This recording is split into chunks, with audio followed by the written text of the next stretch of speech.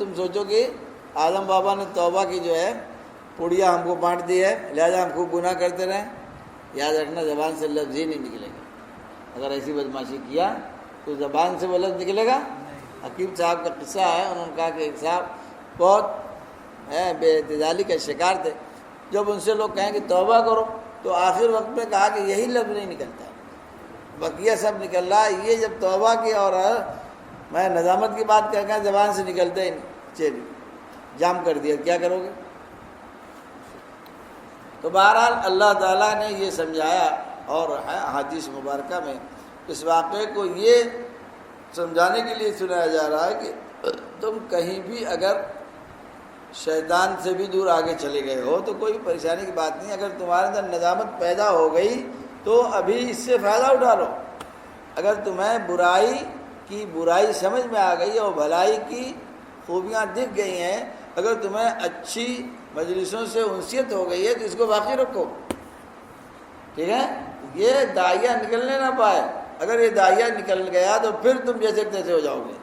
اسی اللہ فرماتے ہیں وَسَارِعُوا إِلَىٰ مَغْفِرَةٍ مِّن رَّبِّكُمْ وَجَنَّةٍ عَرْضُهَا السَّمَاوَاتُ وَالْأَرْضُ أُعِدَّتْ لِلْمُتَّقِينَ، تم اس جنت کی طرف بہت تیزی سے چلتے رہو جو اللہ کی مغفرت ہے۔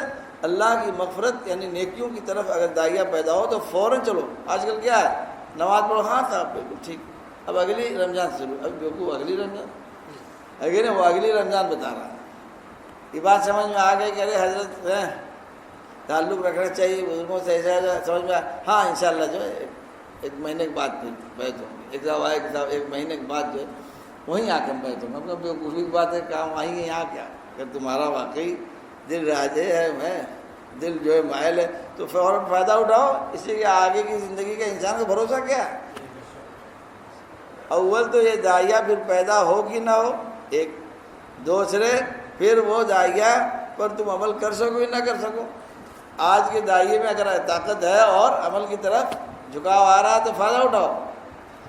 اور میں مثال دیتا ہوں کہ اگر کسی سے کہا جائے کہ تمہارے لیے 5 لاکھ روپے ہم نے جو ہے رکھ دیا ہے، نکال کے جب جی چاہے لے جانا، تو کیا کہے گا؟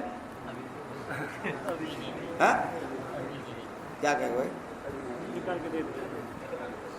وہ کہے گا اگلی سال لے جائیں گے، کہیں گے حضرت جو ہے بہت جلدی ہم 8 والی گاڑی جانا چاہتے ہیں مئو، تو مجھے کہہ رہے بھی تو ٹائم ہے، نہیں ہم اسٹیشن پہ تھوڑا پہلے ہی بیٹھیں گے، تو فوراً لے لیتا ہے۔ اور دنیا کی بات سمجھنے میں بہت آسان ہے، اور دین کا مسئلہ آتا ہے تو بدھ ہو جاتی ہے۔ اسے لکھا ہے کہ اچھا داعیہ پیدا ہونا اللہ کی طرف سے بھیجا ہوا مہمان ہے۔